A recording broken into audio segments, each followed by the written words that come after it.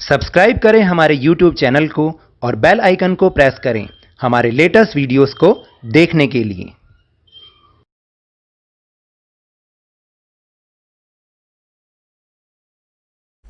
Hello and welcome to Lavneesh sir की class.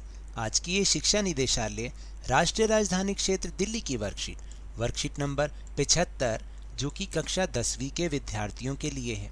यह ली गई है सामाजिक विज्ञान के भूगोल विषय से और आज हम जिस पाठ की पुनरावृत्ति इस वर्कशीट में कर रहे हैं उसका नाम है राष्ट्रीय अर्थव्यवस्था की जीवन रेखाएं। तो आज आपको मैं बताऊं कि इस पाठ के अंतर्गत हम अति लघु उत्तरीय प्रश्नों की पुनरावृत्ति करेंगे, यानी एक अंकीय प्रश्नों की पुनरावृत्ति करेंगे। ये पाठ बहुत ही आसान है और बोर्ड पॉइंट ऑफ व्यू से भी बहुत इम्पॉर्टेंट पार्ट है। अगर आप इसको थोड़ा सा अच्छे से समझेंगे ना तो इस लेसन में से जो प्रश्न आएगा वो आपके लिए स्कोरिंग बन सकते हैं और उसमें आप अच्छा स्कोर कर सकते हैं। तो चलिए शुरुआत करते हैं मेरे साथ और समझने की कोशिश करते हैं कि कौन कौन से अति लघु उत्तरीय प्रश्न हमें आज की वर्कशीट में करने के लिए दिए गए हैं। तो पहला प्रश्न है कि स्वतंत्रता प्राप्ति के उपरांत भारत में विकसित पहला पत्तन यानी कि बंदरगाह, समुद्री बंदरगाह कौन सा है। तो यहाँ पे 4 ऑप्शन दे रखे हैं, कांडला, तूतीकोरिन, पारादीप और हल्दिया। तो इसका जो सही उत्तर है, पहले तो आप बताइए कौन सा होगा। जी, इसका सही उत्तर है कांडला, जो कि गुजरात में स्थित है। फिर इसके बाद प्रश्न नंबर 2 है, निम्नलिखित में से कौन सा कथन स्वर्णिम चतुर्भुज महाराजमार्ग के संदर्भ में सही है। यानी ये ऐसा लेन का मतलब ऐसा इतना बड़ा राजमार्ग है, महाराजमार्ग इसको क्यों कहा गया है। अब देखिए इसमें से 3-4 बातें यहाँ पे लिखी हुई हैं, तो कौन सी इसके बारे में सही है वो देखते हैं। यह 6 लेन वाला महामार्ग है।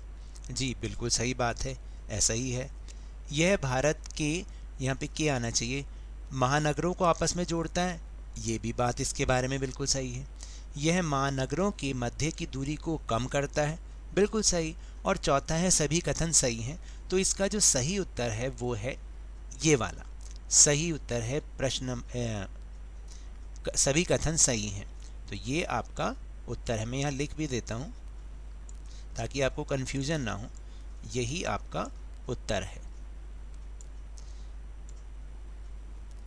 ऑप्शन नंबर 4, सभी कथन सही हैं। फिर है प्रश्न नंबर 3, रिक्त स्थान की पूर्ति कीजिए। भारत में वायु परिवहन का राष्ट्रीयकरण वर्ष कौन सा था। जी वो है, जी इसका राष्ट्रीयकरण वर्ष 1953 में किया गया। यानी भारतीय वायु परिवहन का जो राष्ट्रीयकरण का मतलब सरकार ने इसे अपने अंडर में ले लिया, वो वर्ष था 1953।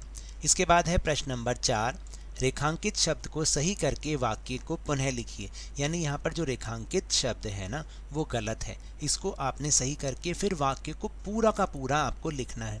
तो देखिए यहाँ लिखा है राजा सांसी वायुपत्तन नई दिल्ली में स्थित है।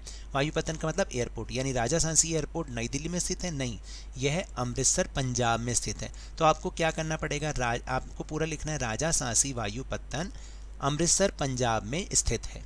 फिर इसके बाद है प्रश्न नंबर 5, असत्य व सत्य बताइए। भारतीय रेलवे के कुल 16 जोन हैं। ये बात बिल्कुल सही है, भारतीय रेलवे के कुल 16 जोन ही हैं। फिर इसके बाद ये जो प्रश्न है, इस तरीके का प्रश्न आपके बोर्ड के एग्जाम में अवश्य आएगा। नीचे दिए गए प्रश्न में 2 प्राकथन दिए गए हैं, एक संकल्पना सा और दूसरा कारण का। कथनों को पढ़िए और सही विकल्प का चयन कीजिए।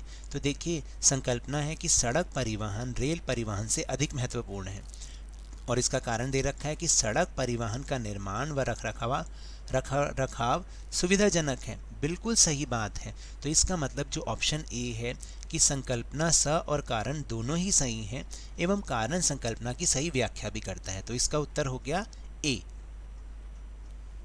फिर इसके बाद है प्रश्न नंबर 7, सबसे लंबी गैस पाइपलाइन कौन सी है।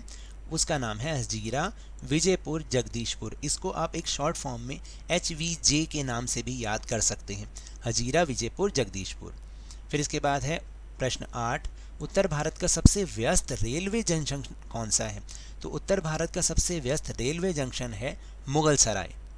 फिर इसके बाद है प्रश्न नंबर 9, पूर्व पश्चिम का गलियारा किन दो क्षेत्रों को जोड़ता है, यानी जो पूर्व पश्चिम गलियारा है ना, जो अभी अभी हमने ऊपर स्वर्णिम चतुर्भुज महाराजमार्ग पढ़ा था, उसके दो गलियारे हैं, एक पूर्व पश्चिम और एक उत्तर और दक्षिण। तो जो पूर्व पश्चिम का गलियारा है वो सिलचर असम से पोरबंदर गुजरात को जोड़ता है।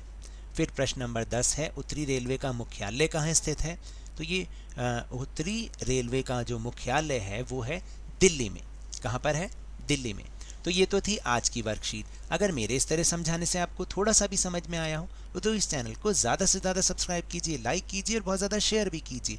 और हाँ, मेरे साथ इसी तरह वर्कशीट को समझते रहिए, लेकिन ध्यान और मन लगाकर पूरी मेहनत और लगन के साथ पढ़ते रहिए। और अगर आपको कोरोना वायरस से बचना है तो अपने हाथों को नियमित रूप से साबुन और पानी से धोते रहिए। मास्क जरूर लगाइए, क्योंकि जब तक दवाई नहीं तब तक कोई ढिलाई नहीं। धन्यवाद।